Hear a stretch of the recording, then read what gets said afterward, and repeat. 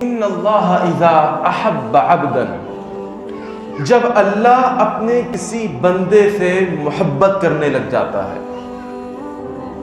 حدیث کے الفاظ دعا جبریل، اللہ جبرائیل علیہ السلام کو اپنے پاس بلاتا ہے، رب فرماتا ہے اے جبرائیل انی احب فلانا، دیکھو دیکھو میں اپنے اس فلاں بندے سے محبت کرتا ہوں۔ جی اللہ کیا حکم ہے؟ اللہ فرماتا ہے وَأَحِبَّهُ، اے جبرائیل تم بھی اس سے محبت کرنے لگ جاؤ۔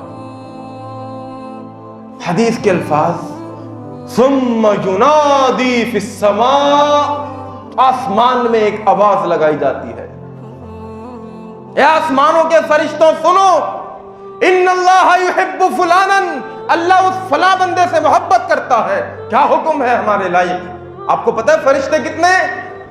7 آسمان، اور کوئی آسمان ایسا نہیں ہے کہ جس کا کنارہ انسان دنیا کے اندر تلاش کر سکے۔ حدیث میں آتا ہے آسمانوں کے اوپر ایک بالش کی جگہ ایسی نہیں ہے کہ جہاں پر کوئی فرشتہ نہ ہو۔ فرشتوں سے بھرے ہوئے 7 آسمان، ان کو کہا جاتا ہے اللہ اس بندے سے محبت کرتا ہے فَأَحِبُّوهُ، تم سب کے سب مل کر اس سے محبت کرنے لگ جاؤ۔